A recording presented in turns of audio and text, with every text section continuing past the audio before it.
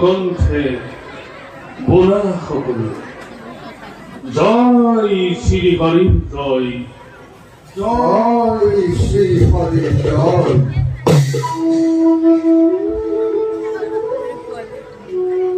মহামান্য মন্ত্রীবর আসিন কুফলের মূলে যত প্রজাগণ হরির গুণার কীর্তন করি পরিষের ভালো সুখের বাস রাজ্যর সকল প্রজাই হরি মহারাজ রাজ্যর সকল প্রজাই হরির গুণানু কীর্তন করি সুখের এই বাস করিছে মহারাজ। সন্তুষ্ট মন্ত্রীবর মহারাজ সেনাপতি কুমার যক্ষরাজি আক্রমণ কৰিব পাৰে আমাৰ ৰাজ্য, গতিকে ৰাক্ষসৰ প্ৰস্তুত কৰিবলৈ সৈন্য সেনাগণ তাৰ বাবে আপুনি চিন্তা নকৰিব। লক্ষ লক্ষ সেনা প্ৰস্তুত কৰি ৰাখিছো উদ্যান ৰাজ্যৰ চৌপাশে খেলা আৰু আহে যদি কোনো শত্ৰু ৰাজ্যৰ ভিতৰে তেন্তে নেথাকিম মই দুহাত সামৰি ধুমুহাৰ বেগেৰে জপিয়াই পৰিম সম্পূৰ্ণ মাভৈ মাভৈ নাচি উঠিব মোৰ তীক্ষ্ণ অখি পক্ষ বিদাৰি উত্তপ্ত ফুৰিতেৰে ভক্তিৰ পুষ্পাঞ্জলি জননী কোমল কৰিম।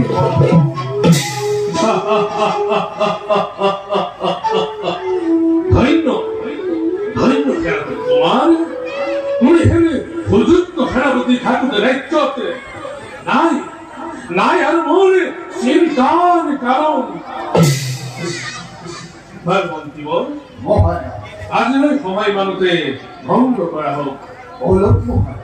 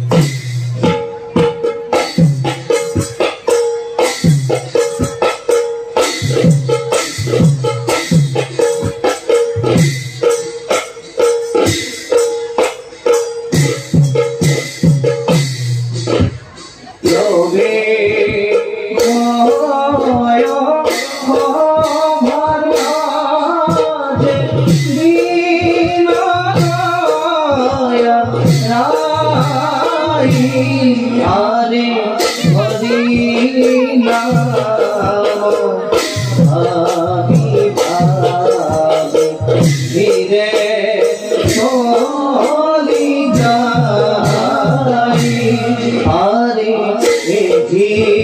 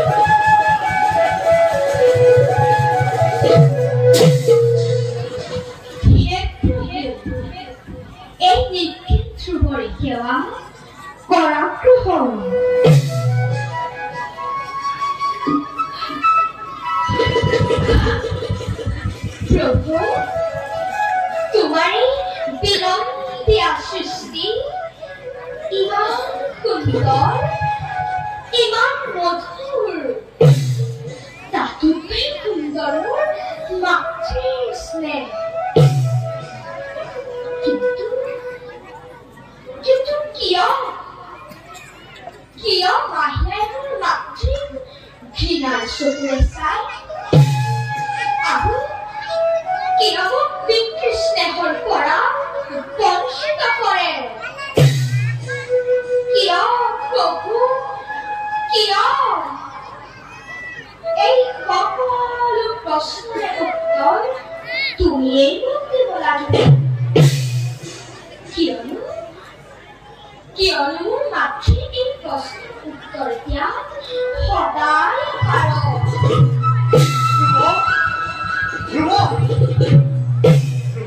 গুৰুদেৱ দাসৰ সেৱা কৰক গ্ৰহণ গুৰুদেৱ মোক বাৰু আপুনি হৰিগীত গাবলৈ শিকাই দিবনে হয় গুৰুদেৱ হৰিগীত আকৌ তোমাক কিয় কৈছে নাজানো গুৰুদেৱ কিয় মই হৰিগীত গাই বৰ ভাল পাওঁ স্বয়ং সপোনে সময়কে কেৱল শ্ৰীহৰিৰ গীতকে গাই থাকিবলৈ মন যায় গুৰুদেৱ বেশ তোমাৰ হৰিগীত ইমান ভাল লাগে যেতিয়া মই তোমাক সেই শ্ৰীহৰিৰ গীতকে শিকাম তুমি মোৰ লগতে শ্ৰীহৰিৰ গীত শিকিবা নিশ্চয় শিকিম গুৰুদেৱ আপুনি মোক শ্ৰীহৰিৰ গীত শিকাই দিয়ক মই একান্ত মনে গাই যাম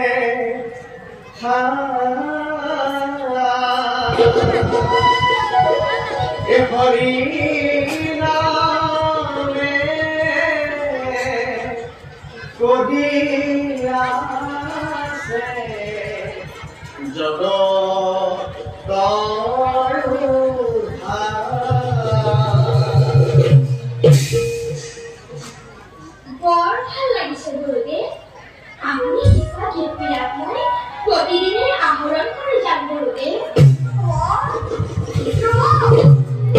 তোমাৰ লগতে মোকো গীত শিকিব আৰু কিছুদিন তোমাৰ লগতে থাকিবলৈ দিবা মোৰ লগত থাকি গীত শিকিবা বৰ ভাল হ'ব বৰ ভাল হ'ব আহা আমি গুৰুদেৱক প্ৰণাম জনাম প্ৰণাম গুৰুদেৱ উঠা বসা গুৰুদেৱ মই তোমালোকৰ বক্তব্যটো বৰ সন্তোষ পালো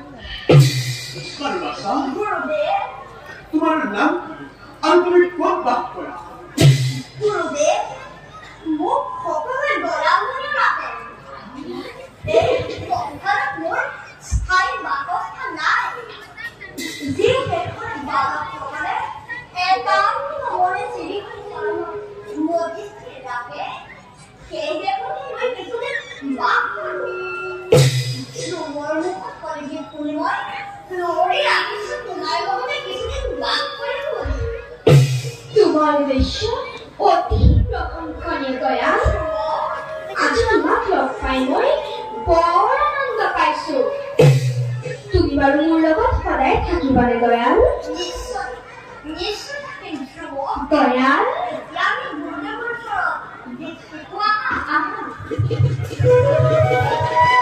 গুৰুদেৱ এওঁ মোৰ লগতে আপোনাৰ কাষত থাকি গীত শিকিবলৈ আহিছে আপুনি তেওঁকো মোৰ লগতে গীত শিকাই দিব লাগিব গুৰুদেৱ নিশ্চয় নিশ্চয় শিকাম গুৰুদেৱ তুমি অতি ভাগ্যৱান সেইকাৰণে শ্ৰীহৰিৰ গীত শিকিবলৈ ইচ্ছা কৰা বাৰকত তুমি লগ পাইছা বাৰু বাছা গুৰুদেৱ তুমি আজিৰ পৰা ধ্ৰুৱৰ লগত থাকিব মই দুয়োজনকে শ্ৰীহৰিৰ গীত শিকাম ধ্ৰুৱ গুৰুদেৱ এতিয়া বালকক মাতৃভাৱে পৰিচয় কৰি দিয়া আৰু বাৰুজন নিষ্কৰ্তব্য ভাৱগ্ৰহণ ভাল গুৰুদেৱ আহা বাছা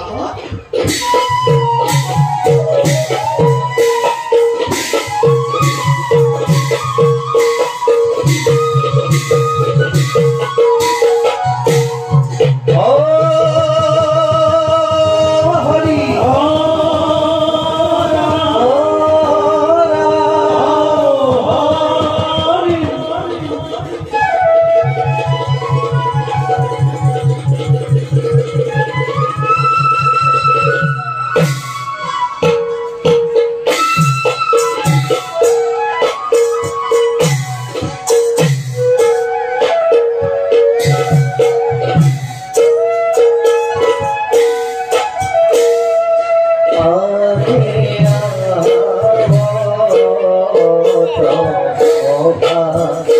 মাঝে বিদুখী আৰে নয়না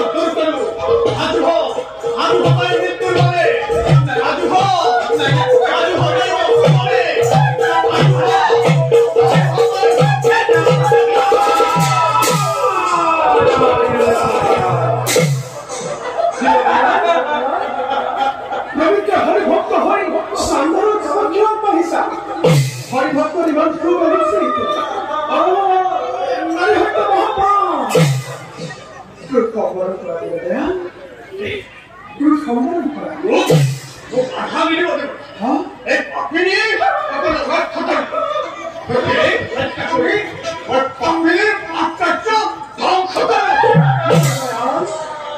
বিদুষীক হত্যা কৰিলে তুমি মহাপপত্নিত্ব হবা। তুমি হৰিনামৰ লৈ লৈ পুণ্য সঞ্চয় কৰিছা। সেই পুণ্যৰ বলতে এদিন তুমি বৈকুণ্ঠ ভৱনত স্থান পাবা। কিন্তু এনে মহাপাপ কৰিলে তুমি ঘোৰ নৰকত পৰিবা।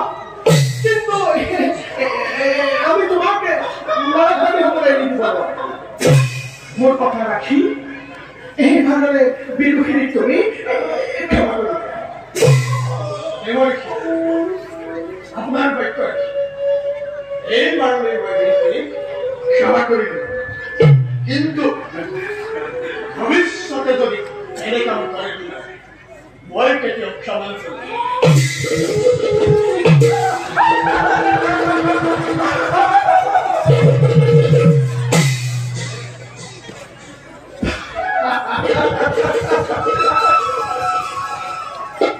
এইবিলাক কাৰ্য উদ্ঘাটন কৰি ফুৰাৰ বাবে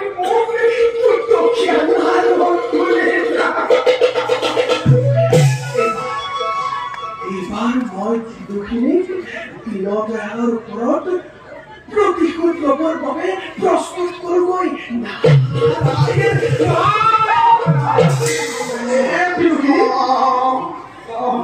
মই তোমাক ৰক্ষা নকৰাহেঁতেন তোমাক আজি হত্যা কৰিলেহেঁতেন। এবাৰ পিছে তুমি দীনদয়ালৰ ওপৰত কি ব্যৱস্থা ল'বা?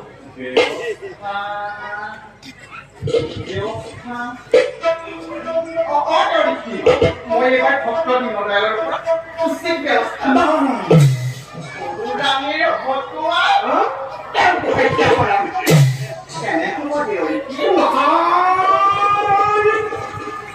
হত্যা কৰাৰ পৰিৱৰ্তে মোৰ ওচৰত এটি উপায় আছে। মোৰ ওচৰত এটি ঔষধ আছে। এই ঔষধ যদি তুমি দীনদয়ালক ভক্ষণ কৰাব পাৰা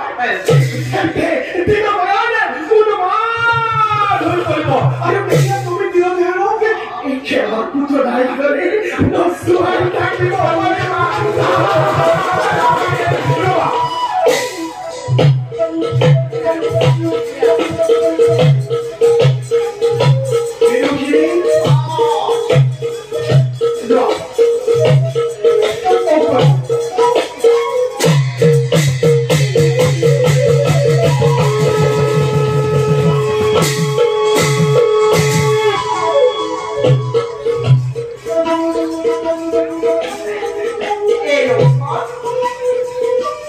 মই নিশ্চয় ভক্ত দীনদয়ালক ভক্ষণ কৰা। মই এতিয়া আহিছোহে ৰাণীৰ লগত এই বিষয়ে আলোচনা কৰোঁ।